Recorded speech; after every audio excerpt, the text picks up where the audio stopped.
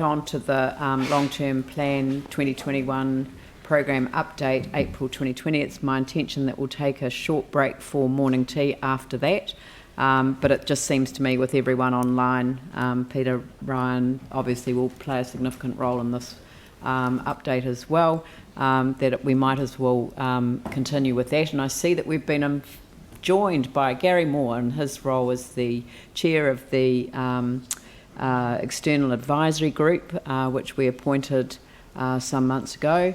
So thank you, Gary, for joining us. And I'm now going to hand over to our Chief Executive, who is the program sponsor for the LTP 2031.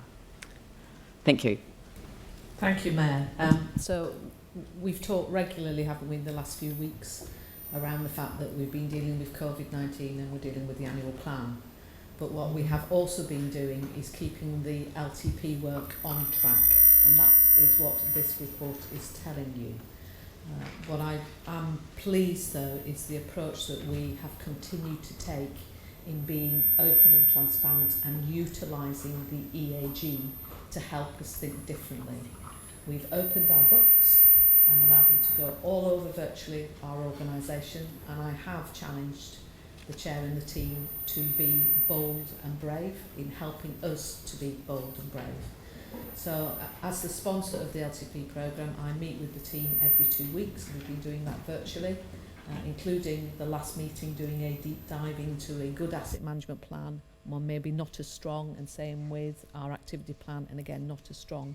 So we're trying to make sure we keep the momentum.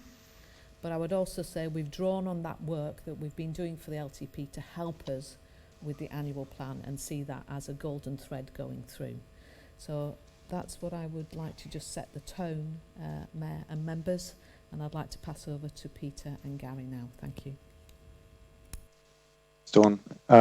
Look, just to hit the highlights from the report, as Dawn mentioned, despite the circumstances, we've maintained momentum. The project has moved forward and is still essentially on its timeline to deliver a solid draft of LTP documents for June, with one or two exceptions, but I'll come to those in a moment. Some recent changes is the emphasis on COVID-19 response in the LTP documents. They can't assume business as usual. They have to take into account those changes. The IS, the infrastructure strategy, is travelling well. There have been a series of briefings with councillors. That's been very positively received on the direction it's taking, and it's on track to deliver for June. The financial strategy is a little more problematic because we need to understand a bit more about where the annual plan will land. However, that's still progressing. Asset management plans are progressing, and while the quality varies a little, as Dawn just explained, we will expect to have those for you in June, as well as the rest of the suite of documents. Capital prioritisation has gone well. Dawn briefed the external advisory group on that last night, and the progress that has made, as well as deliverability of the capital program and the analysis around that. Probably the thing that will be most obvious as missing from the suite of documents next month will be budgets, LTP budgets, because the annual plan is still in flux.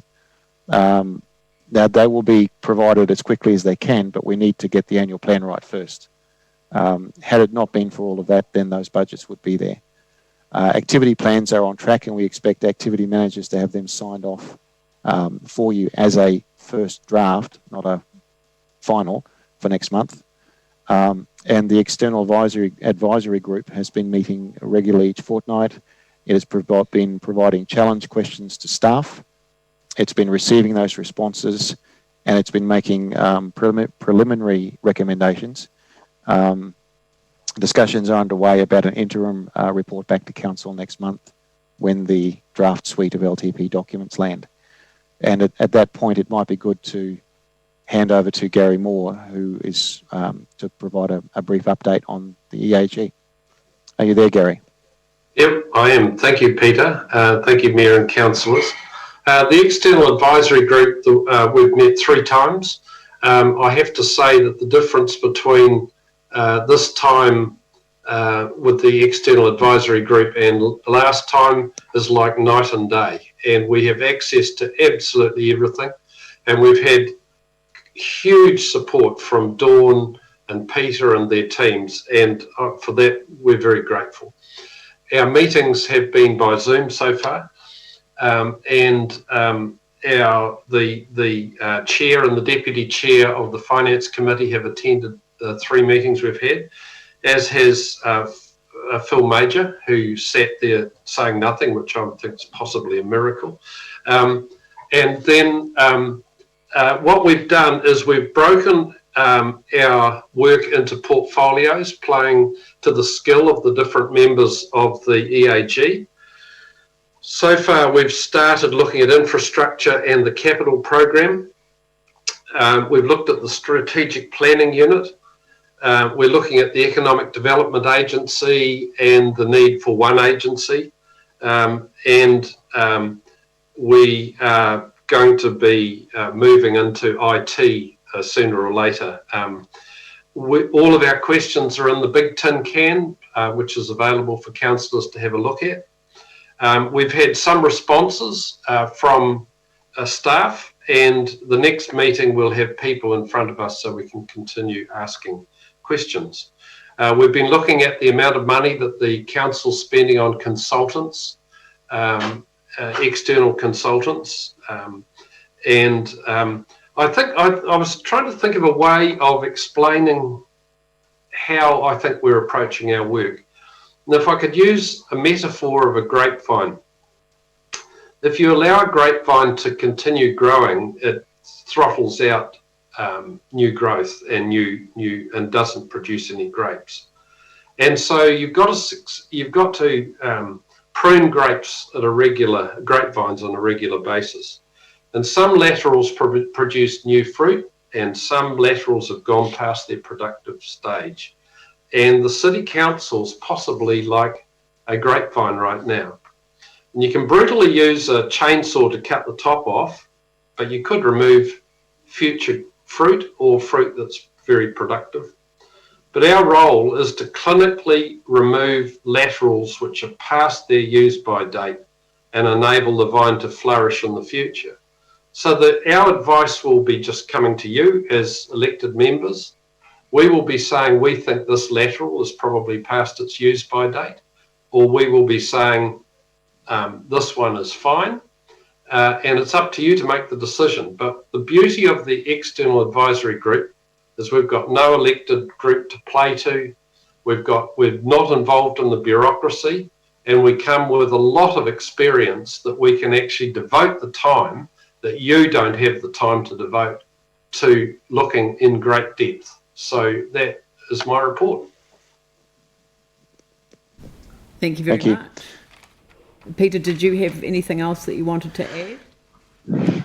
No, the recommendations are pretty straightforward. We're on track for June. Probably the key thing is that the COVID impacts have been built in, and that we do need to re-establish the briefings with councillors. I mean, to get to this point, there are literally hundreds of staff who have contributed to the documents. To hit June, the aim has always been to give councillors June to November to move through them in a considered way rather than a burdensome way. To make that happen, we actually now need to get the logistics around the meetings back in place. Thank you. Well, again, just compliments to the team. It's extraordinary how much you've been able to continue to do in the background with all of the other challenges that we're facing in terms of the response to this.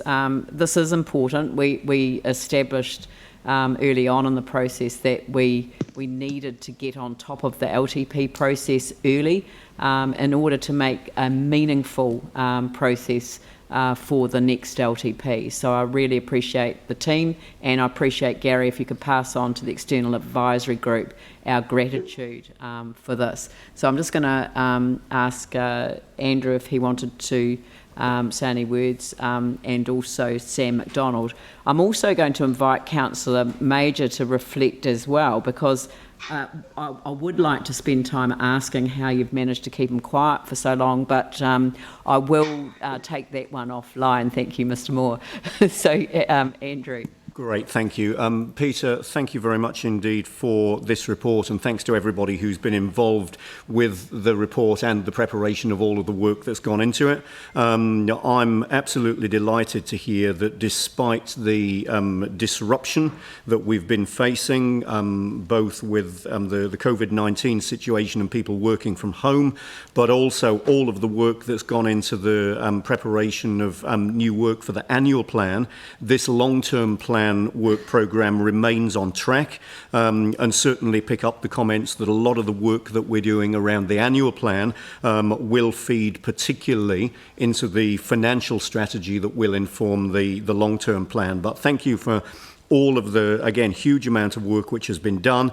Good to hear that the infrastructure strategy is in a good place, and I've always had a concern around the alignment of the various strategies and programmes of work, and I remain comfortable that we're on track and we're in a good space. So thank you very much indeed for being able to report that to us today. Just on the EAG, and I'm sure I speak for the other elected members who've been attending those meetings as well, I am very confident that the EAG is already showing its value. The experience and the knowledge and the skill and the passion around that table is apparent at every meeting. And the discussions are of a good quality. The challenge questions that were referred to earlier certainly are probing in a respectful but very necessary way. And just reflecting Gary's comment on night and day, there's a very open and collaborative approach which has been taken, which is very well supported by our Chief Executive, and one in which I've got a large amount of confidence. I look forward to seeing the grapevine, Gary, that you referred to, bearing some good fruit that we can enjoy when you give us your final report. Thank you. Sam? Look, I'll just hand over to Phil. I think I'd be far more interested in what he's got to say than what I have. So. Thank you. Phil? Thank you very much.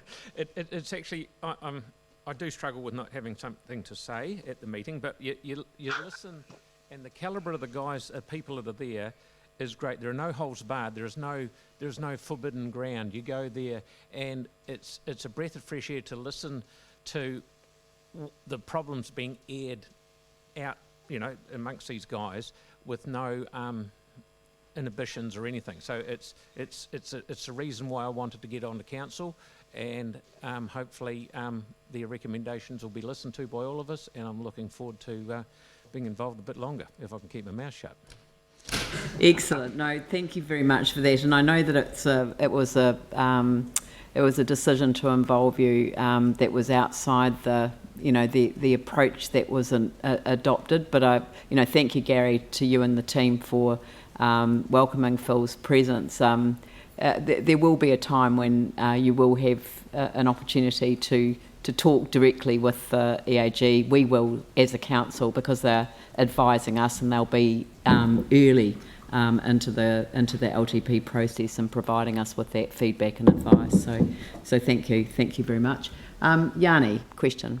Thank you, and thank you for the work that you're doing. So I couldn't find the questions on the Big Tin Can, and you may have already discussed this. I was just wondering how you're using the resident survey to inform your thinking. Yeah, that's a good question, Yanni, and I raised that at the last EAG, not this week, but 2 weeks ago, because I know that when I sat in your place, the council used the resident survey as the most accurate way of telling the mood of the people of Christchurch, and so we haven't got it yet, but I have asked for it, and I don't. Has it in front? It's been in front of the council, has it? I don't know. Is it next week? Right. Okay. So when you get it, we'll get it, and that'll be something in the back of our minds as we look at expenditure. The whole area of the capital program is we've got a real expert there, and how much the council can afford for a capital program is really quite important. And what drives a capital program are the levels of service, and those levels of service may not reflect what the public is actually requiring now. And so there's a lot of work for everybody in going back and finding the drivers of costs. And that's the sort of thing that we'll be paying attention to. Thank you. Jimmy Chen. One question that particular in this report, I emphasize all those the long-term plan, the draft document will be ready by 1st of June. However, the long-term plan, all those documents will be affected by the annual plan. Annual plan probably also, will be affected by the long-term plan. I just want to know, first question is whether the information is consistent information. Second is because the annual plan, there's the options, then the council will be make decision which option as the preferred option, then go ahead by the 29th of May. So only after 2 days, all those the document probably has to be revised, whether the timing is sufficient or not. Not only the budget, I'm concerned with the capital program prioritization, even infrastructure strategy, asset management, all will be, the review and amended. So this is my concern. Can I deal with that? Yes, Please. please, Chief. Thank you. So, Councillor Chen, I fully understand the nature of your question, but what I said earlier on I think is still very valid. We're utilising the information and the approach that we've taken in the LTP, and we've drawn that back into the work that we're doing on the annual plan. The other thing I would stress to you, unlike what we're having to do with the annual plan, which is in a matter of days and weeks, we have several months between June and up to November to actually unpick everything and make sure it's right. What you will be getting are solid documents, not finished documents. And I've used that word advisedly to the team and to yourselves, which allows us then to adjust and adapt in these very unique circumstances. So I understand your concern. I personally am not concerned about that because I expect it to evolve as we go through. You must remember it's not the summer, the winter time. Thank you. James Daniels. Just a quick question. Who are the members of the EAG? I don't think it's in the paper. Just as a matter of... you look at me like I can't ask. No, we've adopted it, and I don't know them off the top of my head. Gary will be able to. Gary, can you run through the list of the members? Names are terrible with me. Andrew, do you know the list? Mark Christensen, Mark Christensen. Jen Crawford. Oh, that's right. Mark's an engineer. Jen's a Lawyer. Jen's a lawyer and a lot of governance experience. Louise Edwards, who's an accountant, and The Rata Foundation. And then Michelle. yes, and Michelle Sharp, who is an IT expert and a real expert on IT, Former and CEO of, myself. Warwick Industries. Yeah, She's now one of the bosses of Vodafone. yeah. But Oh, good. I just think it's important to know it's- who it is. That well, we're- we passed them in a public meeting. I know with that, council, but so for now, for anyone reading it today, I agree, and look, you've actually caught me out because it's a question I asked myself I was asked on the radio the other day, and I didn't have the list in front of me. So you're raising a question that is of generic interest, Yeah. and thank you for doing so. I would have been better prepared if I'd thought it through. Gary, thank you very much. Peter, thank you very much. Would someone like to move that the report be, or move the resolutions there? And I've got Andrew Turner and Mike Davidson. I'll open that up for discussion. I'll put the motion. All those in favour say aye. Those opposed say no. That's carried. Thank you very much, and thank you, Gary. Thank you, Peter.